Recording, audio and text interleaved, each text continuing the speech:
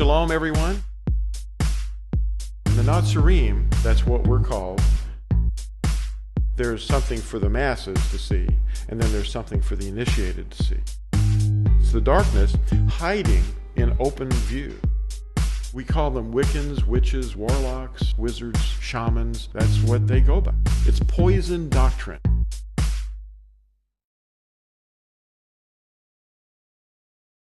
All right, well, welcome everybody. My name is Lou White. You're at Torah Institute, and we're here, we study the Torah. The Torah is a Hebrew word for instruction, and it's a foreign word to most people because they never hear it. They're raised in Christianity, and we're Nazarene. Nazarene are the first followers of Yahusha of Nazareth. Anyway, here's some traditional seminar terms, traditional terms and authentic Hebrew terms, because this is a restoration project that we're undergoing here. We have the traditional term L-O-R-D, Lord. That's actually not Hebrew or Greek or Latin or anything. It's actually Old English. And it means the owner, you know.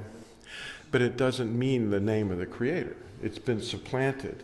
The one that rules this world has put this word into the translations, and it's an identity thief, actually. The person that is doing this, it's a spirit being. This is Hebrew for B-A-A-L. Now, you can look that up, okay. B-A-A-L in Hebrew translates into that word in English. And who might that be, you know? Well, the identity of the Creator was removed from the text. His personal name, Yahuwah, spelled with 4 letters, and we're going to call him that in this seminar. I'm not going to treat you like you're 5 years old. I'm going to actually use the real name. It's Yod-He-Uah-He. Now, the name that we see written here that everyone really likes is actually not his name, and a lot of pastors are teaching there was a Presbyterian pastor 3 weeks ago. My son was sitting in the assembly, and the pastor's sermon was on the subject that this is the wrong name. How did it happen? Well, he's in big trouble with his denomination, I'm sure. But anyway, the thing of it is, his real Hebrew name, which is his only name, how many names does Netanyahu have? Well, in Korean, his name is Netanyahu. Well, Yahusha is Yah is our deliverer. That's what it means. The Yahu part is very apparent. And then the Shah, which is the root Yasha for deliverance. Yah is our deliverer. Now, the Greek influences and Gnostic influences came very early, but 2nd, 3rd century, you know, and the people worshiping their deity in Alexandria, Egypt, were called Christians, and they worshiped the deity named Serapis. But anyway, this all got mixed together, and the Gnostics, or Gnostic people of various cities, just combined all this stuff together and started debating and arguing about when to celebrate Easter and things like that. Well, Easter is the name of the Earth Mother. What's it got to do with anything? Well, Mashiach is the term we're going to use. We might use the word Messiah, which is an attempt to say Mashiach, and it means anointed one. It's any king of Israel is the Mashiach. But the Mashiach that is in the book of Daniel is the prophesied deliverer, and it's none other than the creator of the universe. Anyway, G-O-D is a word we'll avoid because that's a Norse deity of the sun previous to, when the Teutonic tribes were worshiping the sun deity, they were converted to Christianity, and they adopted this term into Christianity. And we're going to call him by the Hebrew term, El or Elohim, which means strong or strength, the mighty one. Now, the Yahudim, a lot of people think there's Christians and there's Jews. Well, actually, there's many more. It's much more complicated than that because that's just one of the tribes. There was a man named Yehuda, and from him came the Yahudim. That's the plural ending. Now, let's move on here. There's other tribes, of course, and they're scattered. See, where's Naphtali and Ephraim and all those others, you know? Reuben. Well, they are the nations. That's who you see walking around in the world. Wherever you might go, there are scattered tribes. And they've blended into the nations. Now, Christianos is a word people don't understand very much, but if you look up the word Cretan and then look at the etymology of the word, it comes back to the word Christianos. It means a poor fellow, an idiot. They were first called poor fellows or idiots or Christianos in the Greek, and it was a term of scorn. And it became a label. But the real term for us, and a prophetic term, the name of us, is Nazarene. And it means branches, guardians, watchmen. And it's prophesied in Jeremiah 31, verse 6. The watchman will cry out on Mount Ephraim. In Acts 24, verse 5, that's what we're called. And that's what we called ourselves. And Felix was being addressed by this fellow named Tertullus, and he was basically accusing Paul of being a ringleader of the sect of the Nazarene. And of course, Felix understood those words, and Paul didn't dispute it. Now, Yisrael is all those that are in a covenant relationship with Yahuwah, and his covenant given at Sinai was given to not only the 12 tribes of Israel, but also to a mixed multitude. We don't even know how many. People of foreign tongues. So he was speaking in tongues to people at that point too, when he was crying out the commandments. They say that he spoke in 70 languages from Mount Sinai.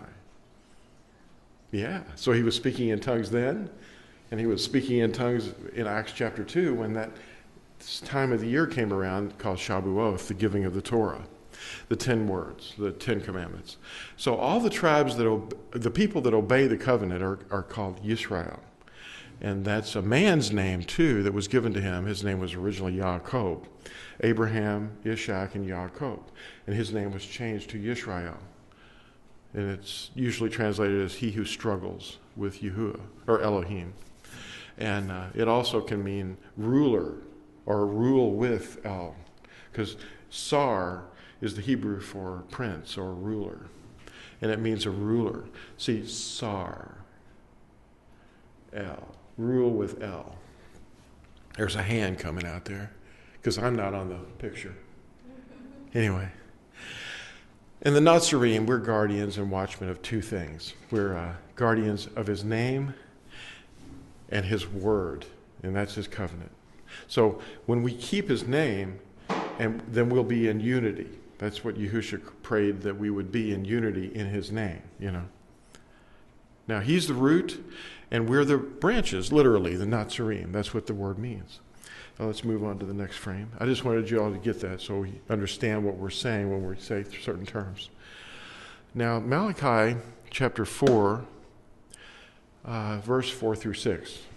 Is the end time preparation. It isn't about making charts or figuring out what we're supposed to be believing necessarily, but here's the core of it. Remember the Torah of Moshe, my servant. Now notice that first line.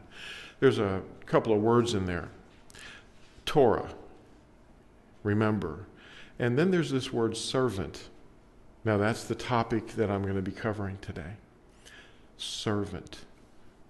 Now, Torah is the instructions, and Moshe was given the instructions, and we're supposed to remember that. It wasn't really Moshe's Torah. It was the Torah given to Moshe, and it said, which I commanded him in Horeb for all Yisrael, laws and right rulings. See, I am sending you Eliah the prophet before the coming of the great and awesome day of Yahuwah. Now, we know the day of Yahuwah is what they call the day of the Lord.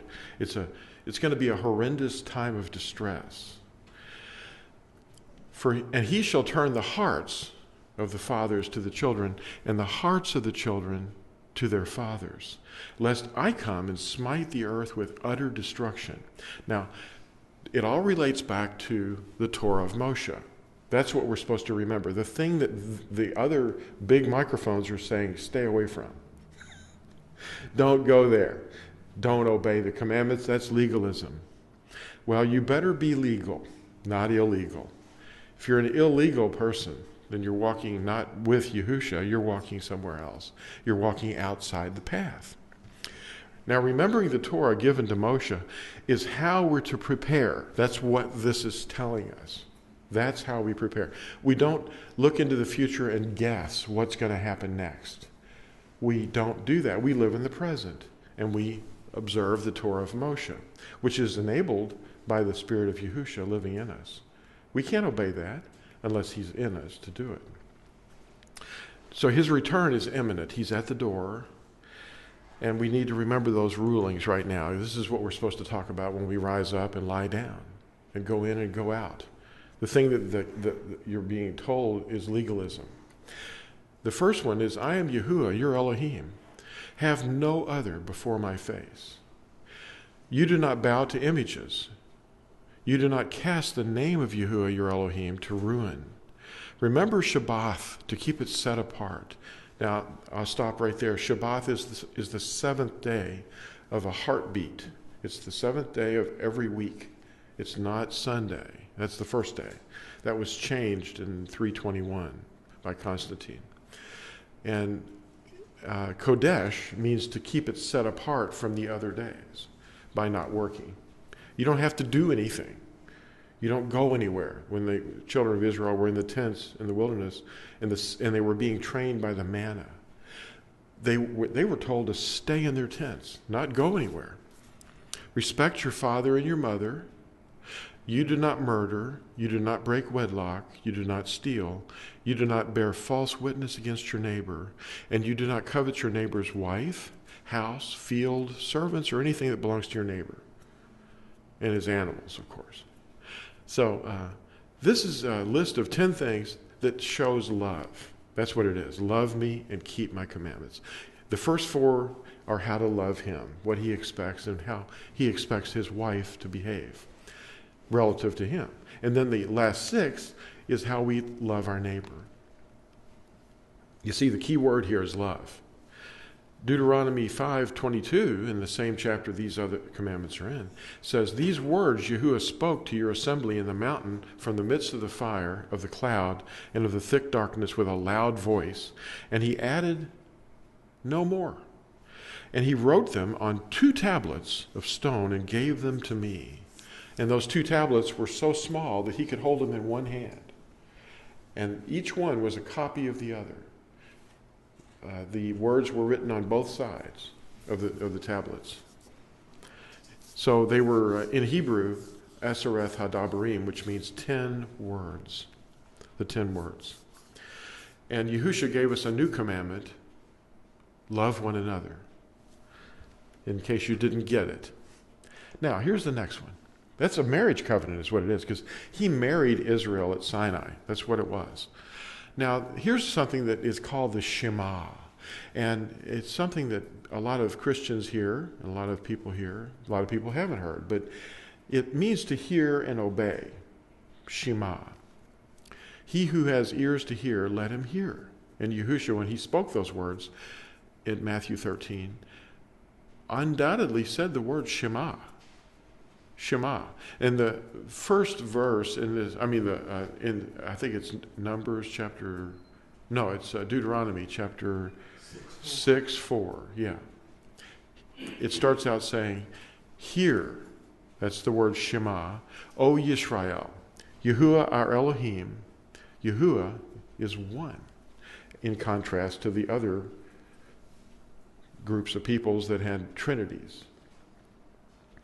And you shall love Yahuwah your Elohim with all your heart and with all your being and with all your might. And these words which I am commanding you today shall be in your heart. And you shall impress them on your children and shall speak of them when you sit in your house and when you walk by the way and when you lie down and when you rise up, and shall bind them as a sign on your hand, as a sign on your hand. In other words, you're practicing them.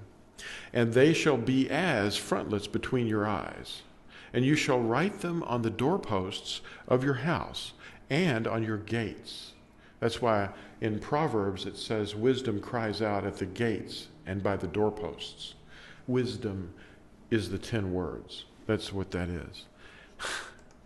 They're never going to go away. So today we're going to ask this question, who is the servant? Well, we know that Yahusha said the servant is the one who is the greatest of all. And we're going to find out who it is. The Hebrew word for servant is ebed, or obad. A lot of people say it.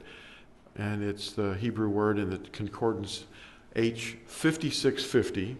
It's spelled with 3 letters, Ayin, Beth, Dalet. It's just 3 letters.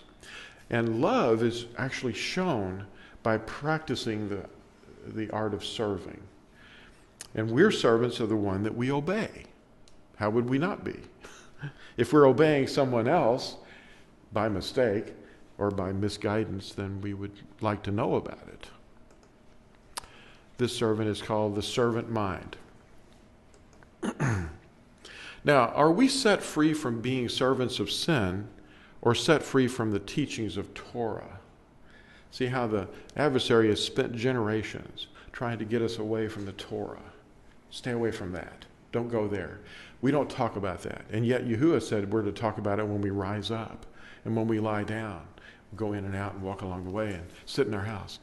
Now, Romans 6, verse 16 through 18 says, "Do you not know that to whom you present yourselves servants for obedience, you are servants of the one whom you obey, whether of sin to death or of obedience to righteousness? But thanks to Elohim," there's that word, "that you were servants of sin, yet you obeyed from the heart that form of teaching to which you were entrusted. And having been set free from sin, you became servants of righteousness." And what might be the thing that makes us stand out? What is our right hand doing in our mind? What are we thinking about? Are we being trained in the Torah, or are we being trained by something else? Now, the primary features from the 4 writers that we commonly refer to as the gospel writers. Of course, in the first century, the first idea of the gospel was probably Matthew or Matthew. That was the one that was promoted the most. And from those come the others. And Yahuchanan or John wrote his probably many decades later. But these first 3 are called the synoptic gospels. They kind of telescope out of each other. But Matthew was the primary one that the others were based upon. And in this man's writings, Yahusha is presented as the king of Israel. And he's a descendant of Daud, as he is many other kings, Hezekiah and so forth. Now, the second writer of the gospel writer is Mark. Now, Mark presents Yahusha as the servant. And I just wanted you to remember that this is the seminar about serving. And the obedient son of Yahuwah. He's completely submitted himself to the will of the Father in heaven and took on the form of a servant. Now, Luke relates to Yahusha as being the Son of Man. Not that he didn't adopt the other principles too, but it's just that his primary direction was tracing all the way back to Adam, the first human being in history, and then correlating the second Adam, Yahusha being the second Adam. Now, John, or his real name is probably Yahuchanan or Yachanan, and it means the gift of Yah. And we understand that he's probably the same person. He's not identified in the writing of this gospel. His name doesn't even appear anywhere. He's just referred to as the disciple whom Yahusha loved. And he's the only one that tells us about another person in that same writing named Eleazar. They call him Lazarus.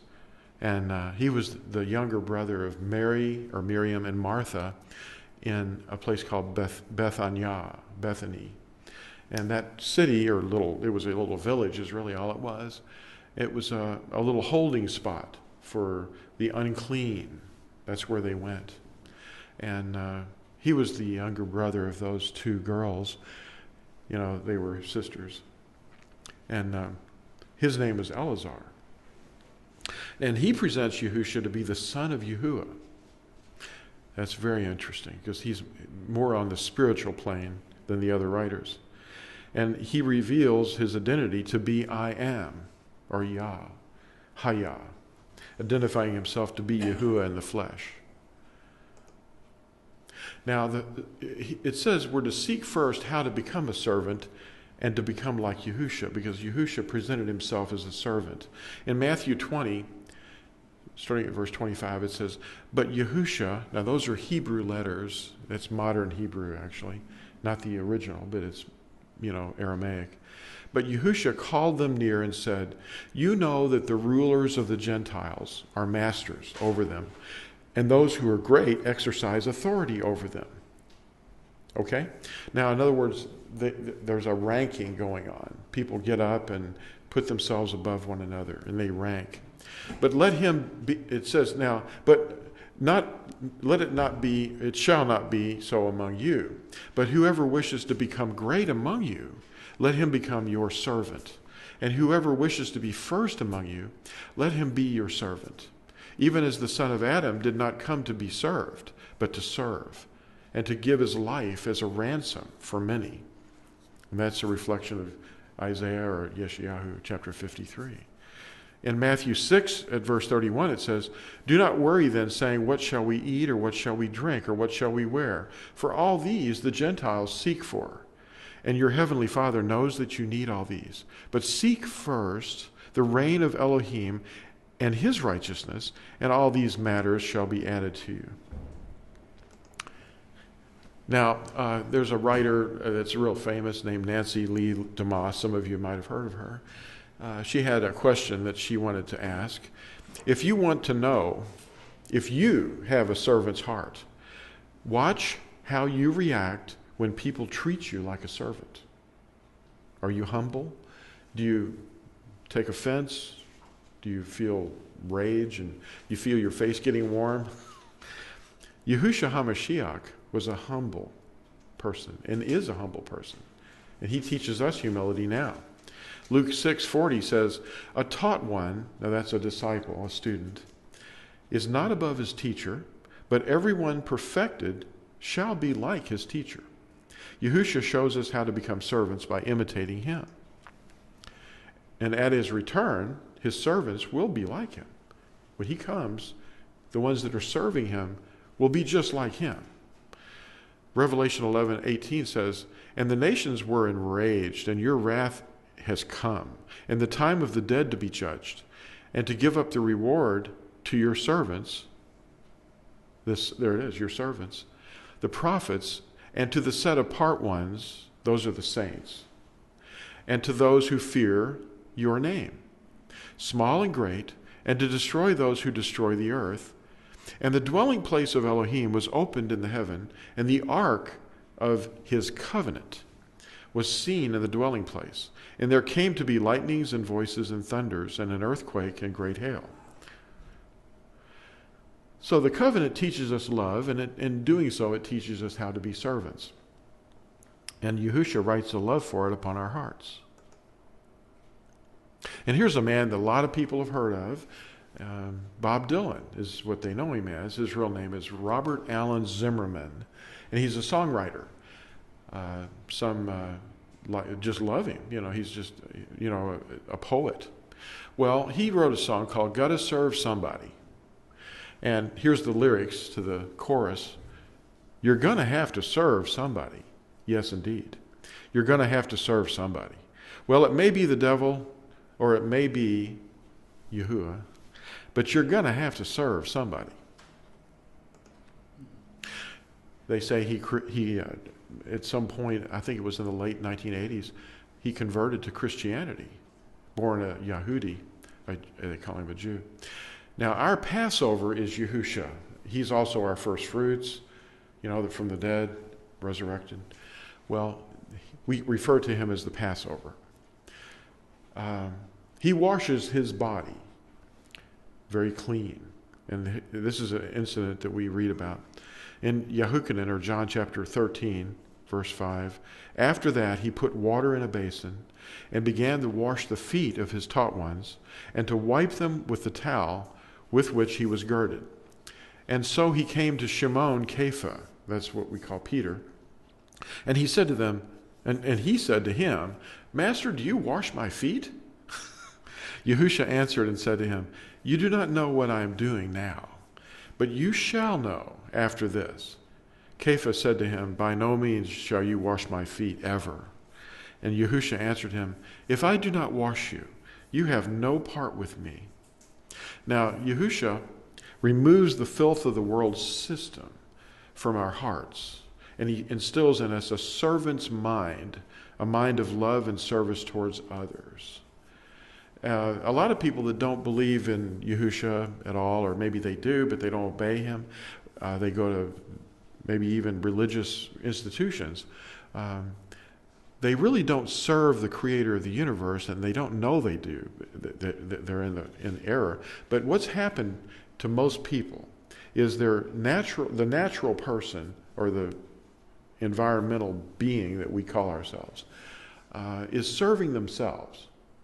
They're out for themselves. So they've deified themselves. They worship themselves. And that's what most people do. It's what's normal. So by doing that, you're committing idolatry, because you're putting yourself before the Creator. But when you serve the Creator, he teaches you how to be a servant. So here's a kind of a sculpture showing our servant king washing the feet of Peter. Now, what's wrong with us? We have leprosy, the leprosy of sin. That's why we're decaying and aging and dying. And our mortal bodies are vulnerable. And everyone has this leprosy. But there's one person, the great physician, that has the ability to clean us from that leprosy. If you want to see the similarities between, well, look at Leviticus chapter 14, how to cure a leper. And then look at the emblems there. There's running water, there's cedar wood, and that reminds you of the tree that Yahusha carried. And then you have scarlet. They put a scarlet robe on him, a scarlet thread, and then there's, there's two doves. And those two doves represent him too. One is released and one is killed. And that represents his first and second coming, is what it is. But the cure for a leper is exactly what Yahusha did as a Lamb of Elohim to redeem us. And in John, or Yehukin chapter 13 again, in verse 14, it says, Then if I, the master and teacher, have washed your feet, you also ought to wash one another's feet. For I gave you an example that you should do as I have done to you. Paul tells us in Philippians 2, Make my joy complete by being of the same mind, having the same love, one in being and of purpose, doing none at all through selfishness or self-conceit, but in humility consider others better than yourselves. Each one should look out not only for his own interests, but also for the interests of others. Even if you think you have knowledge, don't trump your friends and your neighbors with that, because that's the wrong approach. This is epic, and this is the test. Yahusha is in us, expressing himself as a servant, and he's appealing to the world through us, and that it's not ourselves, it's him. And he's the one that you see when you see a servant. A model plan that tests your heart's desires. What's in your heart's inner desires? He sees into the heart, like Hebrews 4 says. He divides joints and marrow. He sees your motives. And this test is epic. Let everyone have it. In other words, let them have who they think they are. Let them be of their own mind, and don't resist them.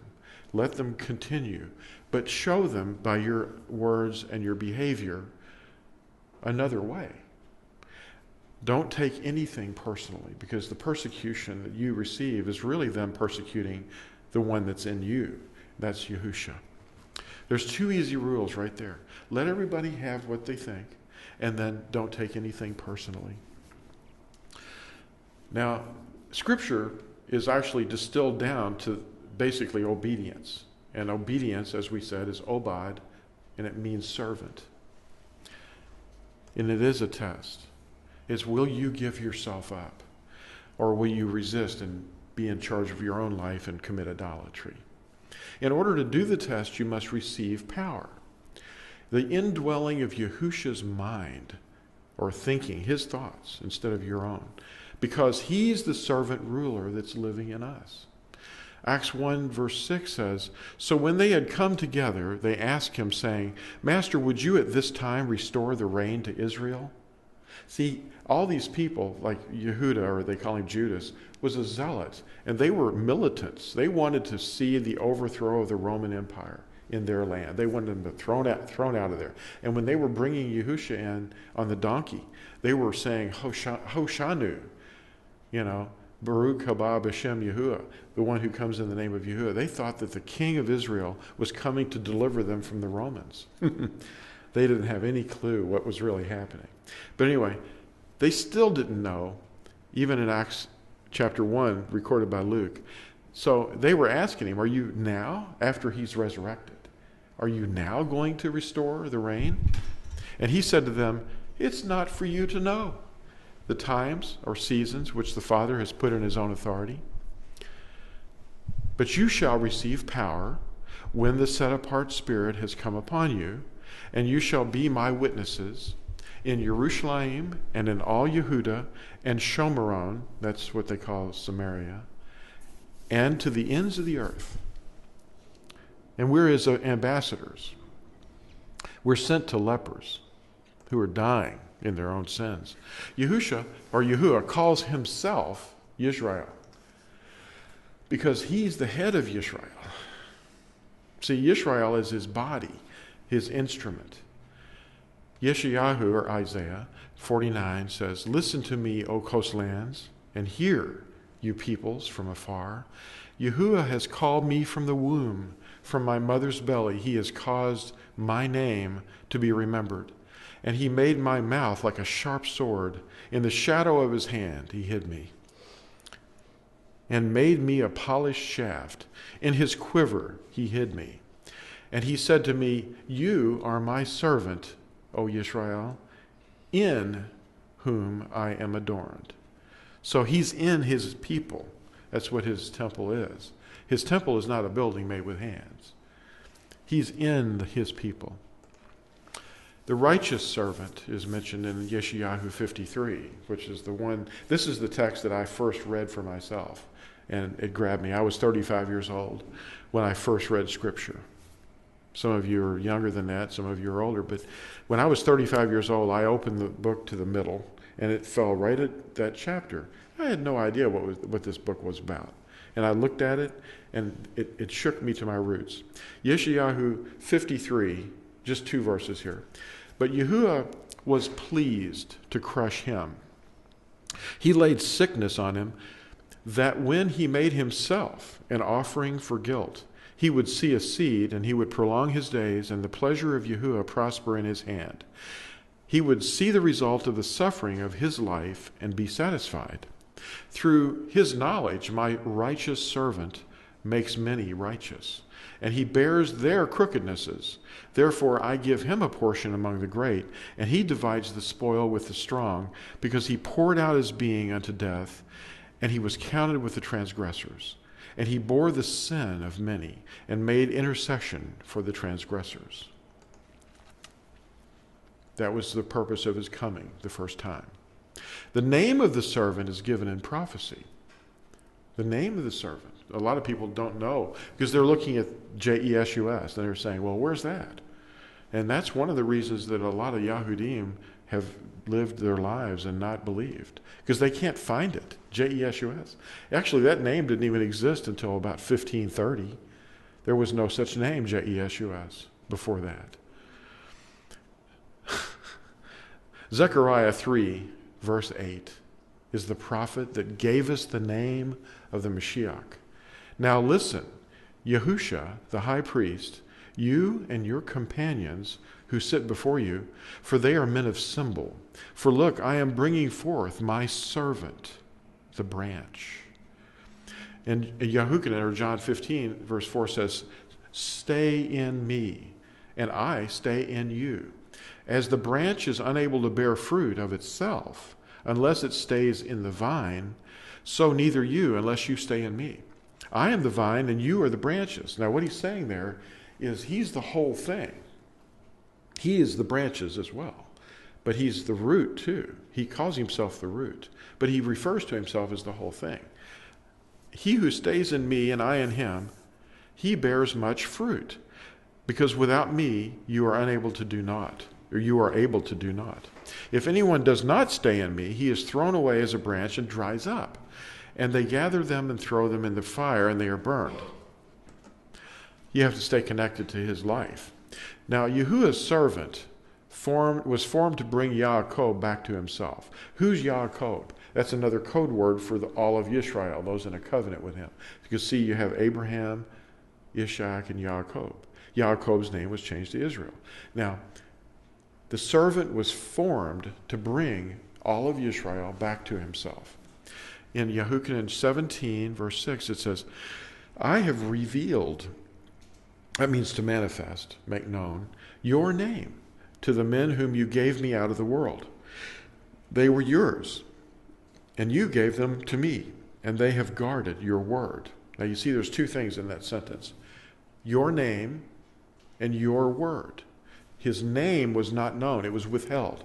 The Pharisees and the Sadducees had concealed and held back the name. They had withheld the key of knowledge. The key of knowledge. That's what his name is. And they also were not keeping his word because they were putting their men's traditions above the commandments. And Yeshayahu 49 says at verse 5, and now said Yahuwah, who formed me from the womb, to be his servant, to bring Yaakov, that's Israel, back to him, though Yisrael is not gathered to him. Yet I am esteemed in the eyes of Yahuwah, and my Elohim has been my strength.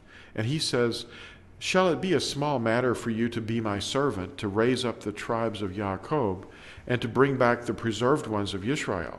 And I shall give you as a light to the Gentiles, to be my deliverance to the ends of the earth. So it's not only Yisrael, but it's all the Gentiles that will engraft through the covenant, keeping the 10 commandments and living according to those rules. And Yahusha is pleading through us. You know, that's what he does. In 2 Corinthians 5, at verse 18, it says, and all matters are from Elohim, who has restored us to favor with himself through Yahusha Messiah, and has given us the service of restoration. I opened up the seminar explaining that this is a restoration. It's not a reformation. It's a restoration to favor. That is, that Elohim was in Messiah, restoring the world to favor unto himself, not reckoning their trespasses to them, and has committed to us the word of restoration to favor. Therefore, we are envoys, that's like an ambassador, on behalf of the Messiah, as though Elohim were pleading through us. We beg on behalf of Messiah, be restored to favor with Elohim. How do you do that? Well, we read it at the beginning. You just stop worshiping yourself and make yourself a vessel emptied of all men's traditions, and just believe and trust in him to give you the power to walk in his ways, his 10 commandments. So who is it that's in us? It's the Messiah, Yahusha. It's the name of this what they call the Holy Spirit. That's the Ruach HaKodesh. The Spirit is not a third person. It's the only person. It's him. Romans 8, verse 9 through 11. It's the Spirit of Messiah. It's his name is Yahusha. It's not a thing. It's a person. But you are not in the flesh, but in the Spirit, if indeed the Spirit of Elohim dwells in you. And if anyone does not have the Spirit of Messiah, that's not two spirits, that's one and the same. This one is not his. And if Messiah is in you, the body is truly dead on account of sin, but the Spirit is life on account of righteousness. And if the Spirit of him who raised Yahusha from the dead dwells in you, he who raised Messiah from the dead shall also give life to your mortal bodies through his Spirit dwelling in you. And the word mortal actually means death prone. You're morte. You are going to die. But if the Spirit lives in you, that won't matter. And by the way, you see the picture over here of the people at what they call Pentecost, or the Shavuot, when the giving of the Torah was annually observed. in Jerusalem, the disciples, there were about 120 of them, the Shekinah descended upon them, just like the Shekinah in the wilderness. It was like a pillar of fire.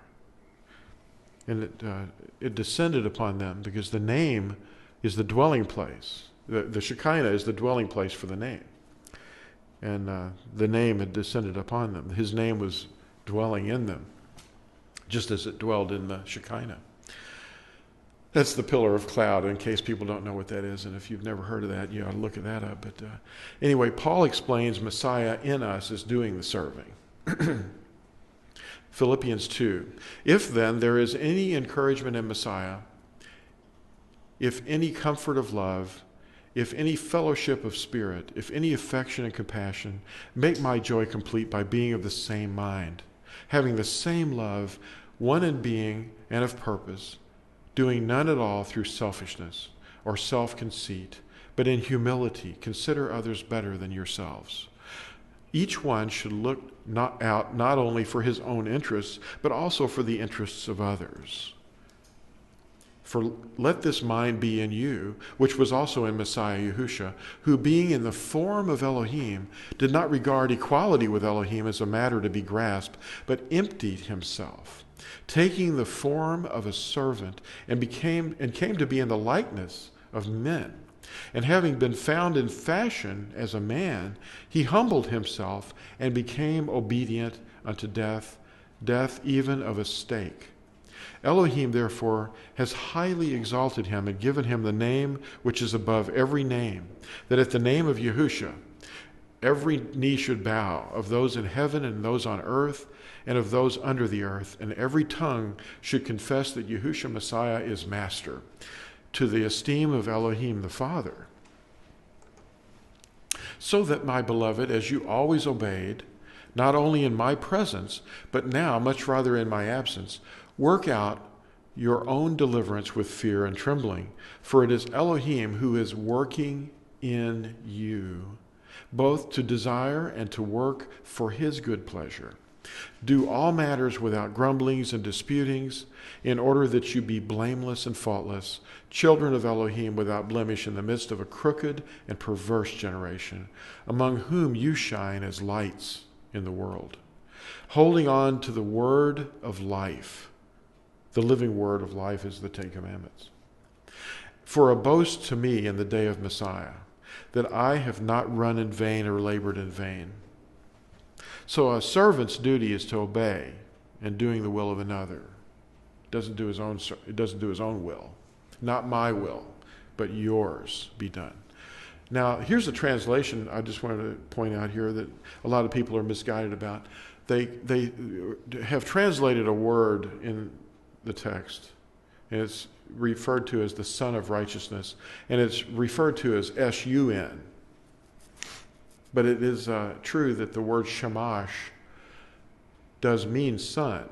It does mean that. But in the context, it would mean something different. Is it the servant of righteousness or the son of righteousness? The servant candle at Hanukkah is something that people understand as being the servant candle. It's the one that lights the other 8 candles. And it's not counted necessarily as part of the 8 days of Hanukkah. There's 9 candles, but one of them is a servant, and it lights the other candles. Well, what lights us? What enlightens our minds?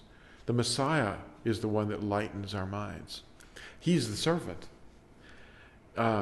This is the source that lights the other lamps, and we're lamps. Now, this is Malachi 4, verses 1 and 2. For look, the day shall come burning like a furnace, and all the proud and every wrongdoer shall be stubble. And the day that shall come shall burn them up, said Yahuwah of hosts, which leaves to them neither root nor branch. But to you who fear my name, the servant of righteousness shall arise with healing in his wings, and you shall go out and leap for joy like calves from the stall. So there's a translation correction for you. Wouldn't be the son of righteousness in the sky. It would be the servant of righteousness. Shamash means servant as well.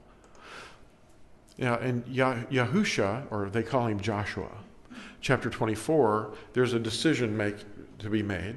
At verse 14, he says, "And now fear Yahuwah, serve him in perfection and in truth, and put away the mighty ones which your fathers served beyond the river and in Mitzrayim, and serve Yahuwah.